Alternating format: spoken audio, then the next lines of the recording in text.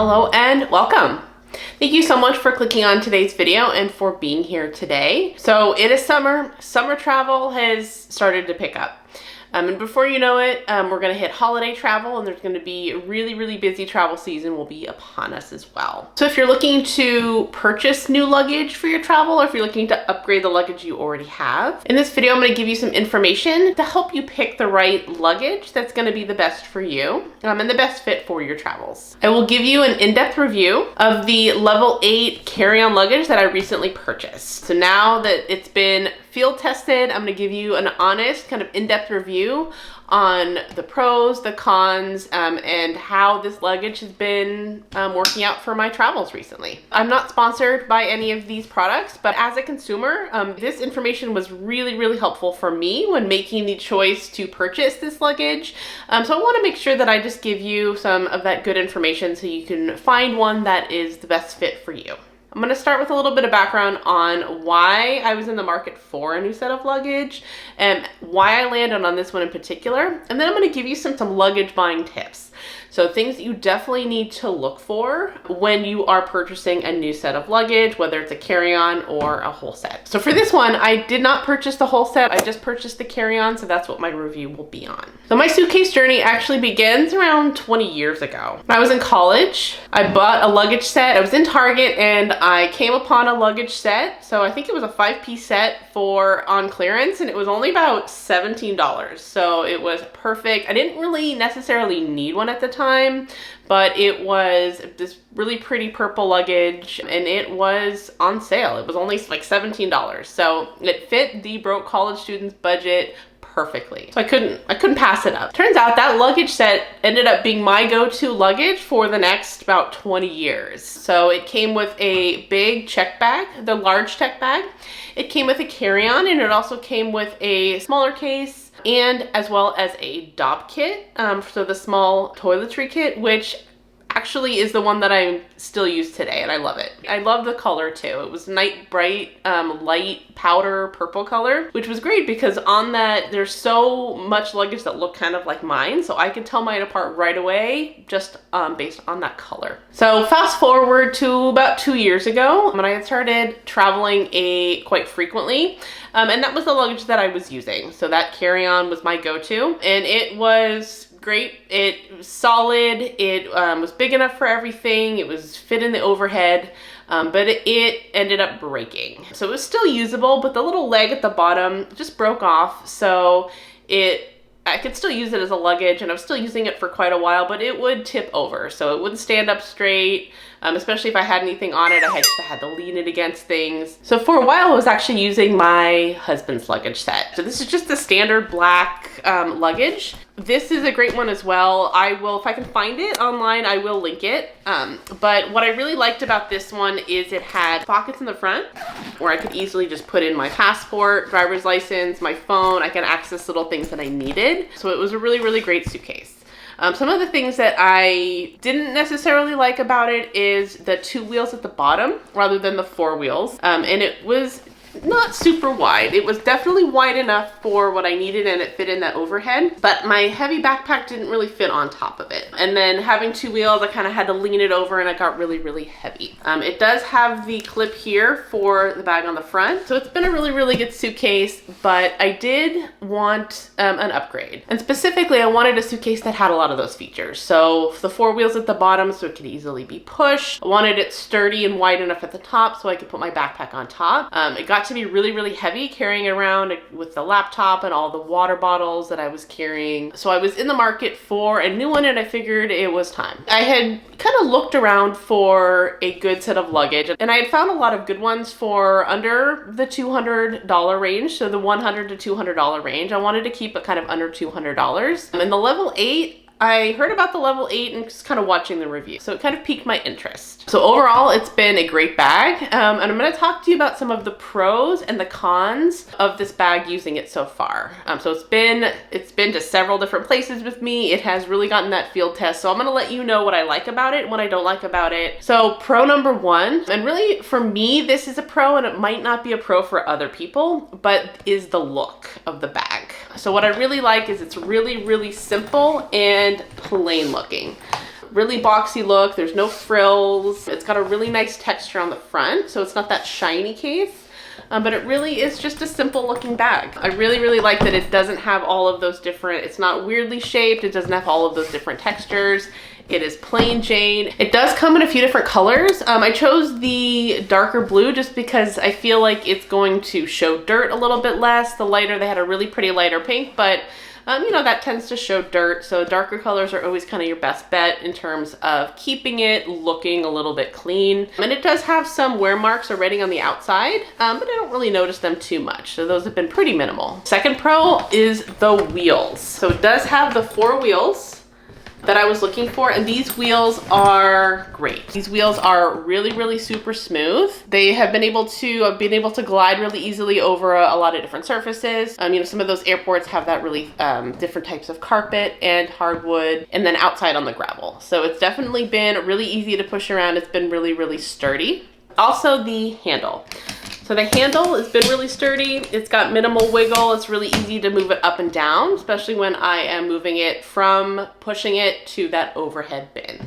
So the third pro of this bag is it is nice and sturdy. It's light, it's pretty lightweight. It's not as lightweight as some of the other suitcases that I've seen online or that I've tested out, but it is really sturdy. And this was really important because I wanted to put my backpack on top. That was one of the reasons that I wanted the bag with the 4 roller wheels.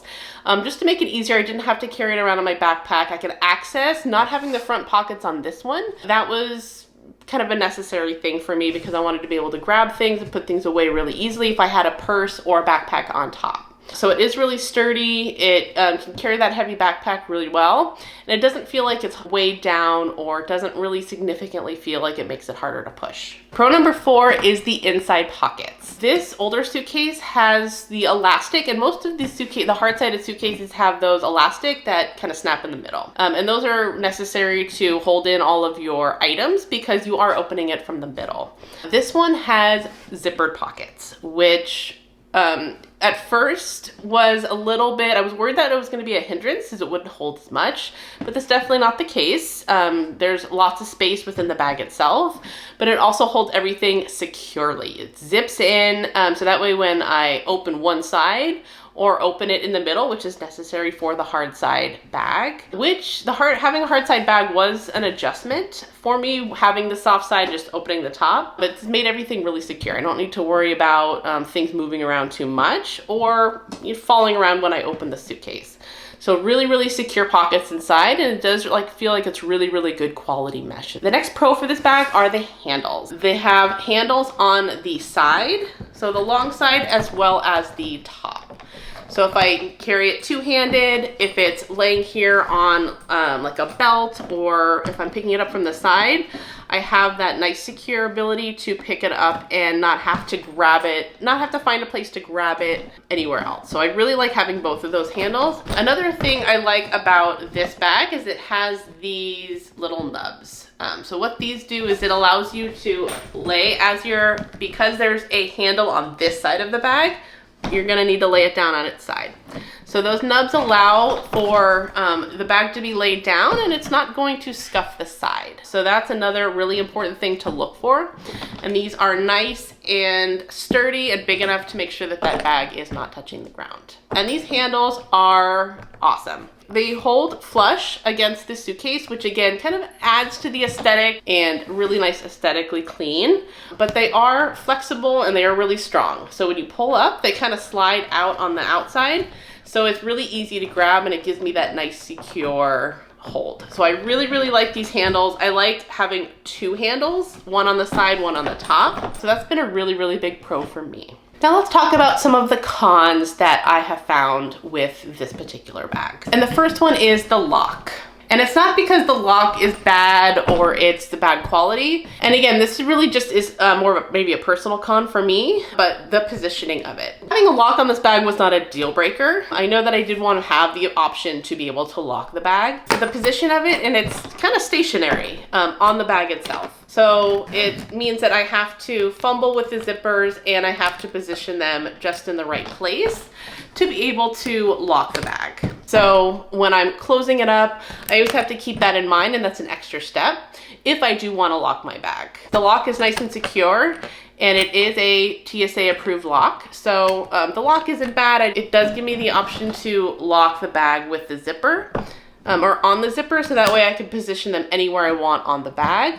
But it's really maybe less of a con, more of something where it's not necessarily it's a feature that I could do without on the bag. So con number 2 are no outside pockets.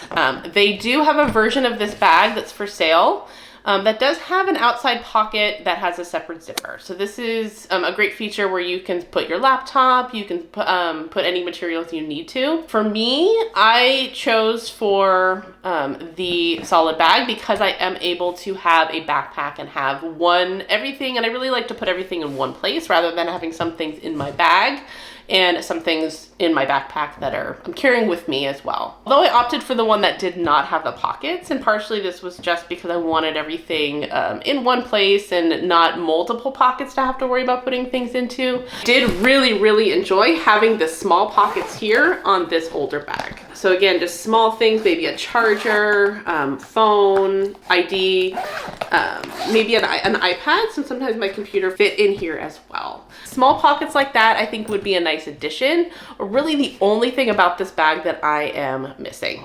And then con number 3, I feel like the zipper is not as secure as it could be. They do have a rubber outside, so it does secure the zipper to the bag, but I feel like it does wiggle a little bit too much. And maybe this is just a feature that I'm not used to, transitioning from the stronger zipper on the soft side suitcase to the hard side suitcase, but this is something where I feel like sometimes it could be a little bit more flush with the bag, and it just feels a little bit wobbly when I'm opening and closing the bag. So for me, really, it's not a huge con, but it's really something it's maybe just takes me a little bit getting used to.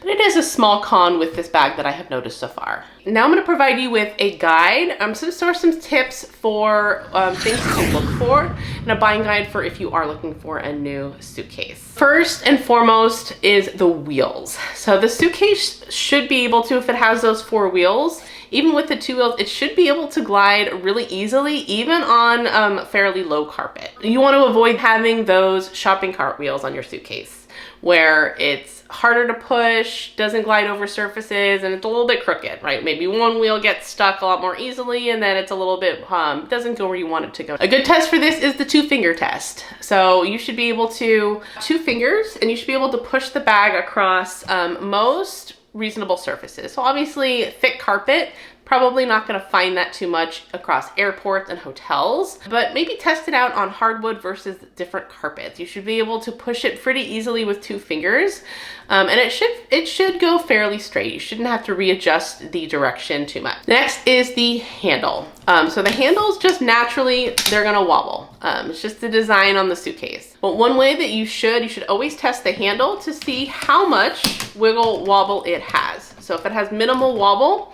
you're typically in good shape.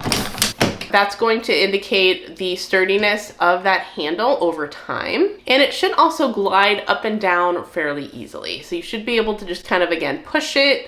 Won't be able to glide all the way down on its own, but if you just unlock it, it should be really easy to push up and down, because that's a really important feature when you are transitioning from pushing the bag to putting it on the overhead or putting it on and off of counters. And next is the size. So you should always, before you're going to purchase specifically a carry-on luggage or a set that has a carry-on luggage, make sure you check the dimensions. So there's some suitcases that have the zipper in the middle that allow for extra capacity, which is great because you can fit more things in your suitcase. But sometimes this makes it too big for some of those overhead bins. You definitely don't want to be trying to fit it in there, trying to shove it in there.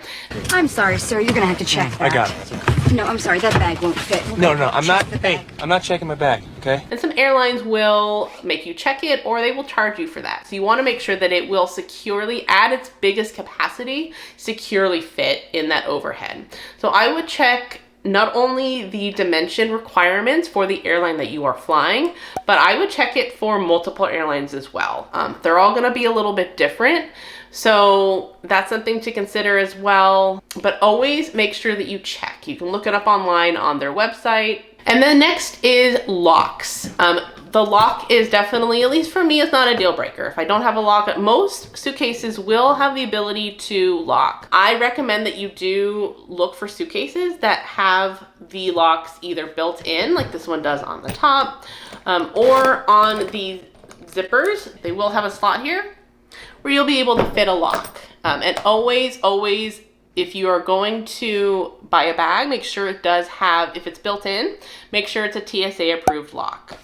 If you're using a separate lock outside of the built-in lock, definitely make sure it is a TSA approved lock. And having a lock is also important.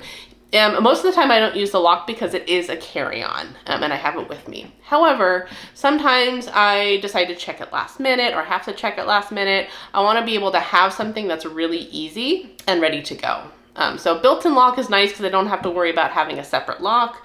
However, just carrying that separate lock with you is really an important thing to have. Make sure it is TSA approved. And last is a smart bag, and whether or not you should consider getting a smart bag. So basically what a smart bag is it has a battery pack or a charging system that's built into the bag. So you can plug your phone in and you can carry it with you all the time. In my opinion, I would opt out of having a smart bag simply because I do prefer to have a charger or a portable charger power bank always with me anyway. And sometimes I'm separated from my bag. It is not always the most convenient thing to have your phone plugged into it. Also, when you board a plane, they're going to make sure that you do have to remove, depending on the type of battery it is, you might have to remove it, make sure so that might be a hindrance and it might be a consideration. So if you like the convenience of having that on your bag, I definitely would opt for that. I personally would choose to not have that charging feature on my bag. It's just a lot more convenient to make sure that you have your charger with you. You can find plugs. Typically there's plugs in airports, so you will be able to charge, or I do recommend having a portable charger bank as well. Hopefully this information was helpful or gave you a little bit of insight into making that decision on what type of luggage might be the best fit for you. Thank you so much for being here today. Like and subscribe if you want to see more content like this, and I will see you next time.